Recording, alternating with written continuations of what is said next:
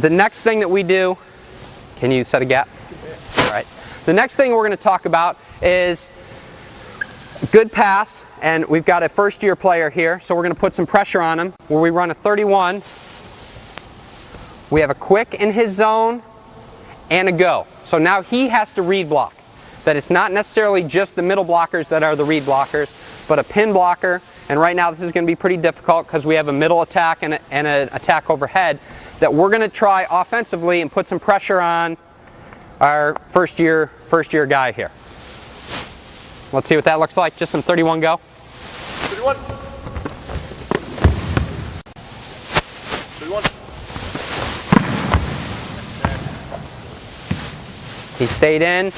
Again, we're watching the right front blocker. 31. Sorry. 31. Now you can see that all of a sudden Michael's footwork has kind of gone in the other direction.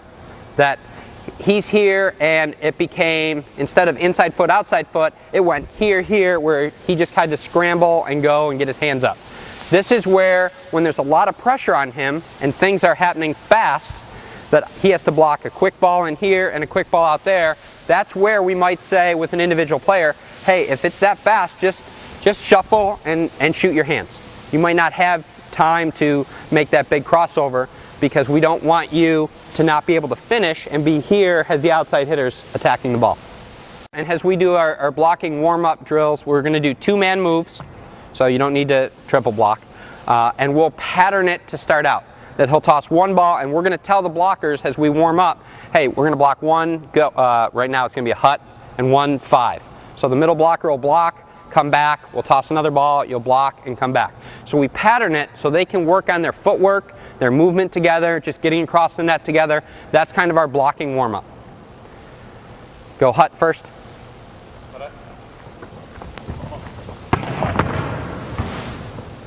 Yeah, you can back set it too.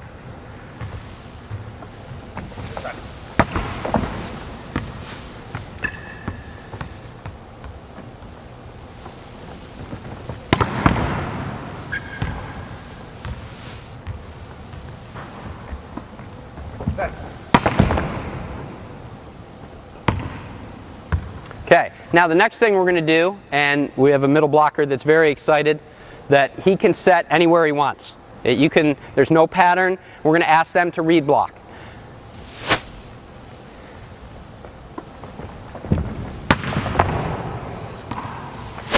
Okay, get ready. Blockers, get ready. And hold up. Just catch it, Cray. Now, I think one of the things that you'll see that's different is Andrew's hands naturally came down because he knows that there's no quick attack, and his hands are down here because eventually we'll get into some three-man moves where he's got to block. But right now he knows that all I've got to do is cross over and go here. Sean's hands are still pretty high, and if you go back and watch the last block move, the first thing he does with his hands this high are he brings them all the way down to move. We'd like your hands to be in here, and I think that the other thing is in closer to your body. It's a natural tendency when you jump to block, if your hands are narrow, to go out wider. If your hands are wider, they jump and go narrow. So we want to finish with wide hands and take up more space than narrow hands. Right? So, as his ready position is here, we'd like his hands, it's a pass, it's going to be a high ball. It's similar to a setter being out of system. We've got a middle blocker that's going to set high in one direction. We can take our hands down here, and now our movement is real short, concise, and controlled, instead of up here, where now I've got to move and change my body height and my tempo with my feet.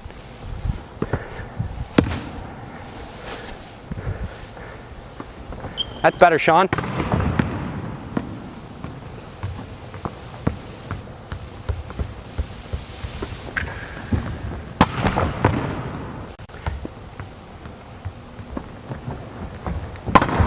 It's better to be late than it is wrong. Now, the last two, if you'll watch Sean's feet, I think we're going to pick on Sean here for a minute, but get in a ready position. I think if you watch his feet, one of the things that we can talk about when we work with our middle blockers is I think he can go a little wider. And the reason being that before he moved on the last two blocks, he had to get in a position where he could go wide to move out here. And you watch his feet on the last two, and he goes here, and that's how he made his move. And his first step virtually didn't go anywhere, because instead of stepping there and creating that positive angle so he can move, he went here. Now he's got a positive angle and had to make a long move, and when you run it back, you're going to see that there's a big gap between Nick and Sean. I think if his feet go wider, go a little wider, bring your toes in, touch and block it quick, right there. Go. He can still touch it quick, block it quick. I mean, with the quick attack, our goal is to touch the quick attack. We're not trying to stuff block quick attacks unless we're in a specific system. Right now, we're just read blocking. All he's got to do is touch it. We do want to stuff the balls out on the antenna because it's in the air longer, we've got more time. So ideally, where his feet are, we'd like his feet a little wider. Andrew, go back. Great, you can go either way. And now as you watch his feet,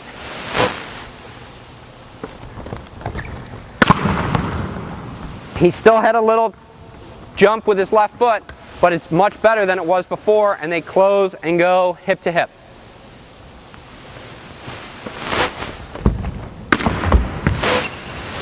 That's better. Feet are wide.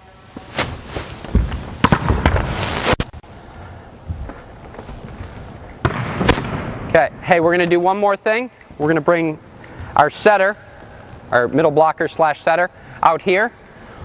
And we're going to set the same ball, and we're going to tell all three blockers that we want a three-man block. The thing that's changed with the three-man block has, Steve, can I see that? If Michael's going to attack out here, instead of, let's bring the outside blocker, taking away the middle of the court, this blocker, the third man, is going to yell three-man, so he knows as soon as there's three blockers, he has to get outside the ball. I cannot beat the three-man block outside of the outside blocker's hand. I can't get beat down the line on a three-man block. We've got two guys to help you on the other side. So all three guys come in. The outside blocker on this side is outside the ball, and we turn our hand in just like it was going around a big barrel of water. I bring my hand in, and don't let the ball get hit. Don't let me tool it. Off the outside of the block. He has to squeeze the line on a three-man block, and the other two guys block the middle of the court. It's the same thing if we're over here. Come on, three men, over here. That the ball's out to the antenna, Nick gets around it, or all the way to the antenna, and doesn't let the three-man block score down the line. The thing that's important is that the third man in the three-man block, if we're over here, if I'm spiking over here, we call Nick blocker 1, blocker 2, blocker 3. The third man in the block needs to make sure that they close. The second thing is you need to make sure that you audible three-man, because if Nick set up to block cross court, he's here. Where if all of a sudden it's a three-man block and we close and Nick doesn't know that it's a three-man block, he might stay in the same spot, and now we've taken an advantage that we have as blockers and again given it back to the offense because it's a three-man block, and now I've got a seam where I can spike the ball to. Alright, so go back to a ready position. It's bad pass, so you can go in a breakdown position. Hands to your heart, wide base, wider Sean. Great, you can go anywhere you want.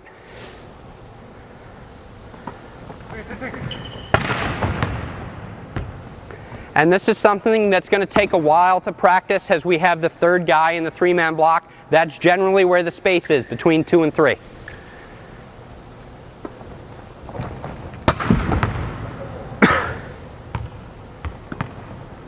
Let's go a couple more.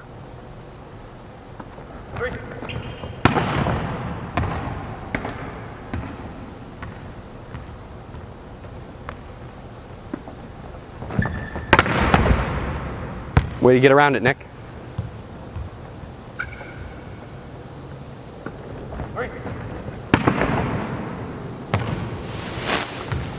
We'll go one more. And freeze. Yeah, maybe even a little wider with your feet. Because again, your first move with your left foot was wide, and that's when Nick jammed up on you, right? Nick, did you run into him on the last one? I mean, and what happens is, great, just step that way a little bit. What happens is, if we're going to three-man block in this direction, and Sean's first step is with his left foot, or doesn't get going fast enough, and I'm trying to shuffle in, and I get jammed up, what happens is I slow down, go ahead, 3-man block, he leaves, and then I have to catch up, and there's a big space. And just like when we talked about 2-man moves, we want the space to be the same. In the 3-man moves, we want the space to be the same too. So even though I'm the third guy in the 3-man block, I have to keep that space consistent so then I can cross over and go. And that's where the gap at the end comes from, is when I get jammed up in the beginning, I start to go, I got to slow down so he can get out of the way. He takes off, and now I'm left trying to play catch up. A couple more. So a little wider with your feet. Either direction, Gray.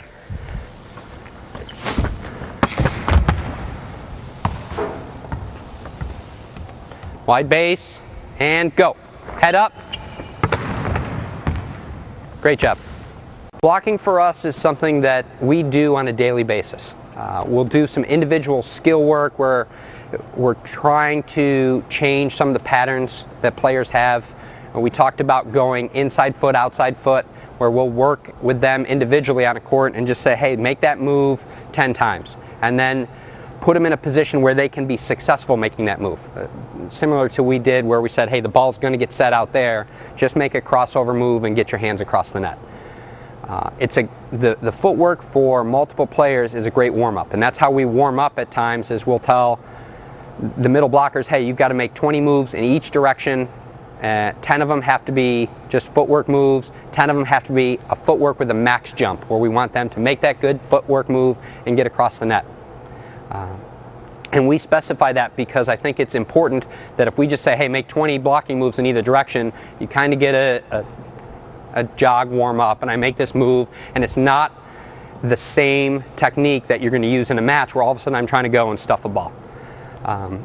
When we come out and every day for an attacking warm-up, what we'll do is we'll just put some hitting lines, toss balls to the setters, and say, hey, we're going to set in alternate directions, we're going to set in the same direction, and just let those guys pattern and block balls. Like, hey, this is going to be a hut, this is going to be a red, and let them go and make moves, and then get into a read block situation.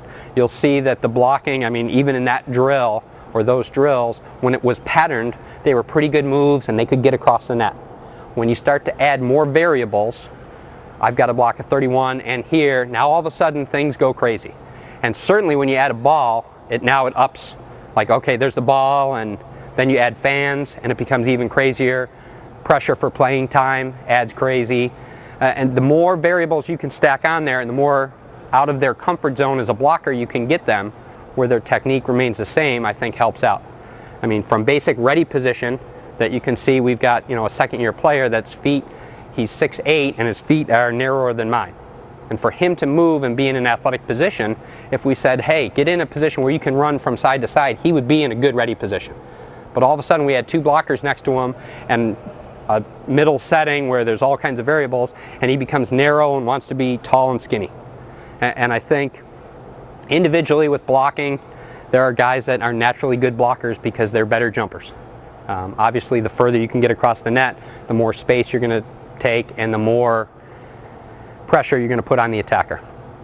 The last thing with blocking is it's one of the 6 skills in volleyball that you can do 100% correctly and be unsuccessful at.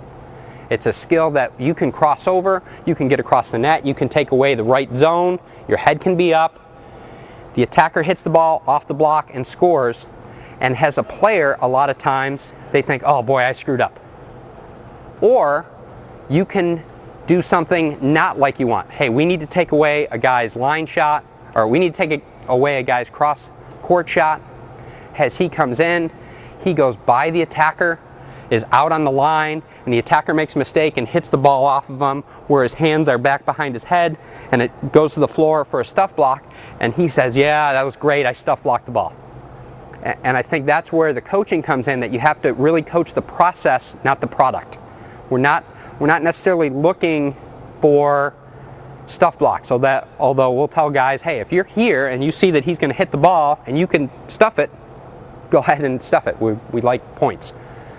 But I think at times when you look at systems, like if we're going to block the line on players, we need to make sure we get outside the ball and the ball's what we call head up. And if that's the case, and just because I'm not there and I give up the line and the ball comes off my hand, those are things that it's difficult for players to evaluate because it's different than a spike. A good spike is one that I spike and it hits the floor. A good set is one that I set and the player can get a good spike on. A good pass is clearly something that the setter can set. And that's different with blocking, and that's why it's so difficult for players to understand what is a good block and what's a not a great block. But overall, it's a skill that I think can make a difference, and it's really easy to work on, whether it's in a warm-up, and from there we can take our warm-up into block and transition and spike. And now it becomes more like volleyball, and we've added that into our 6-on-6 format.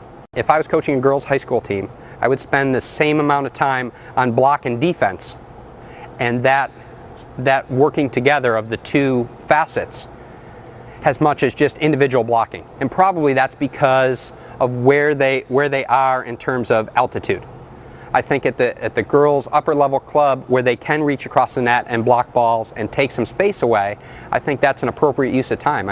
If you have 6 players that here's the net and they can get to there, the chance of you touching more balls are just minimal. So now you can spend more time with how does the block and the defense work together? Like, hey, we want to teach you how to block because you're going to need to block at the older levels. But I think it's block and transition, find a space to go to where you can now go from defense to offense in terms of transition.